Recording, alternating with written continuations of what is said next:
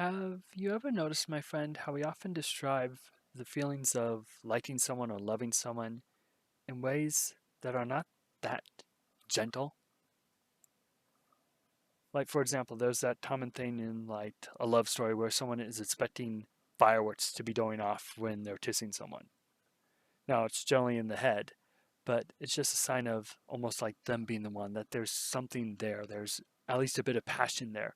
It's not just this meaningless something, that there's something greater there. But the thing about fireworks is that while they can be works of art, would you really want to be stuck up in the air among them? They are explosions after all, and they have that bit of boom, that power, and so forth. And so you don't really want to be by them, you want to observe them, or you want them as a backdrop.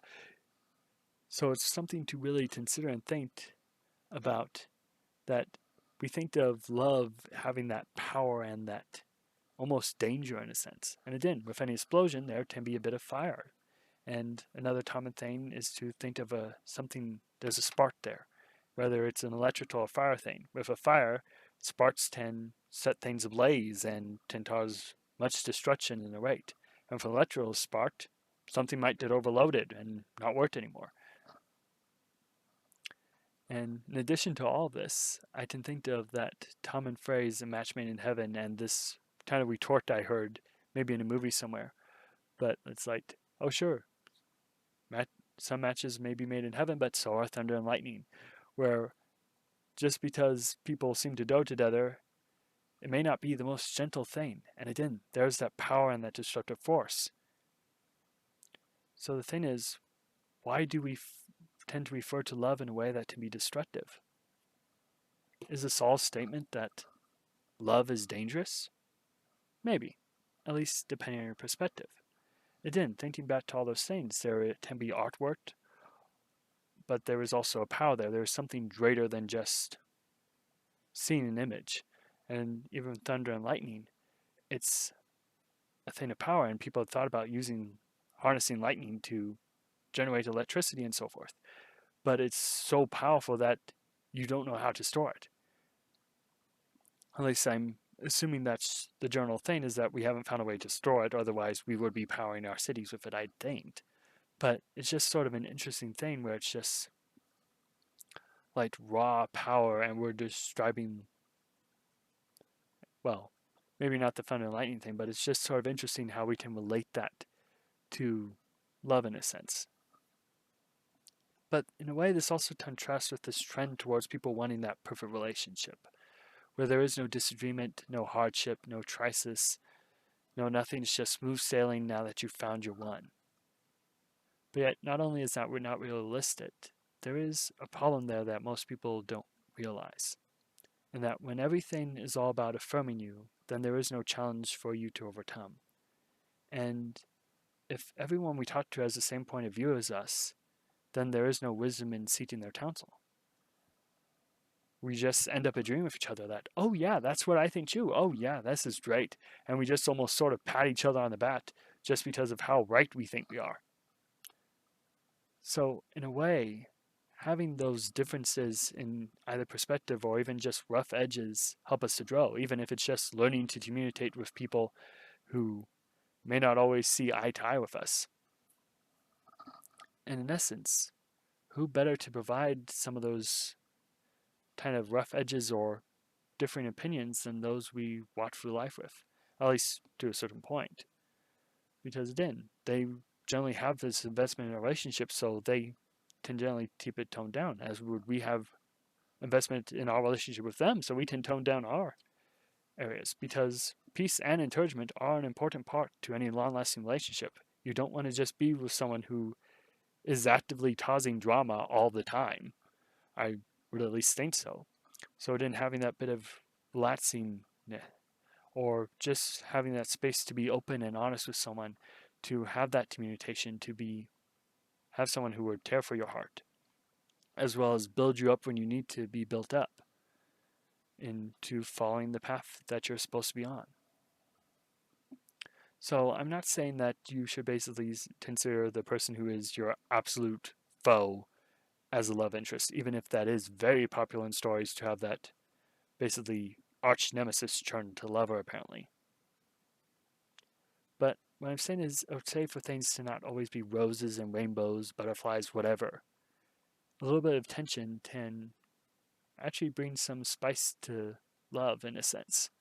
After all, it's kind of like the arguing like an old married couple that's such a common thing in pairings, where they just sort of are open and honest with each other. There isn't like this honeymoon phase of infatuation where everything is just so perfect because you're perfect and so forth. But it's like, I'm going to call you out and you're going to call me out. So we're actually holding each other into account, or at least we think we are, or at least we're at least communicating our points. We aren't backing down or giving ground because we are just in that lovey-dovey phase. We are actually standing our ground and we are communicating. Again, we could probably do better than arguing, but what I'm saying is it kind of gives a bit of thing where not everything just has to be about that affirmation and so forth. And I just kind of one of the main kind of statements I can think of this comes from Young Justice in season 1 with the Dr. Fate episode. And near the ending, it's talking about finding your own little Spitfire, one who won't let you get away with anything. And it just goes to show that we need someone to call us out at times, whether it's because we aren't living up to our potential or whether it's because we are getting a bit ahead, basically. So having someone who's just be honest with us and knows when we're kind of straying out of line and knows our purpose can be one of the greatest things to have. In essence, it is refining us in the fire, or refining by fire, however you want to put it. But thinking about that, the refining part, or even the forging part, is not that really gentle. It's not like you wrap the sword in a blanket and just sort of gently warm it up. You put it in the fire and you put it in water to cool it down, or hopefully cold water, I think, as well.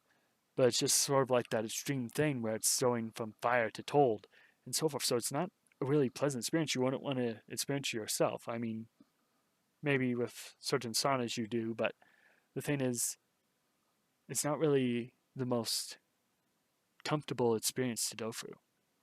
And again, we also have the sharpening, where it's either iron, maybe a stone, but it's something that's almost scraping against to kind of smooth out those edges so that the blade can actually be sharp enough to actually fulfill its purpose. So we do need someone to, if we want to be effective, we need someone to help us with that. We can't just expect someone to wrap us in a blanket and to always be effective. When we put to use, we need someone to build us back up and get us back into shape in a sense. And back to whether love is dangerous or not, there's kind of like this fake love that is more in love with an idea of having love, or having the idea of someone be your lover, or however you want to put it, where it can be really dangerous because you aren't seeing the truth about them, and you also may just be pursuing things in the wrong way or pursuing the wrong things because you have this idea of what things should be like. But true love is also dangerous because it can often lead to sacrificing for another to various extents. Again, greater love hath no man this than he who gives his life up for his friend. So in essence, love is not for the faint of heart at all. But I personally think it's worth it all the same.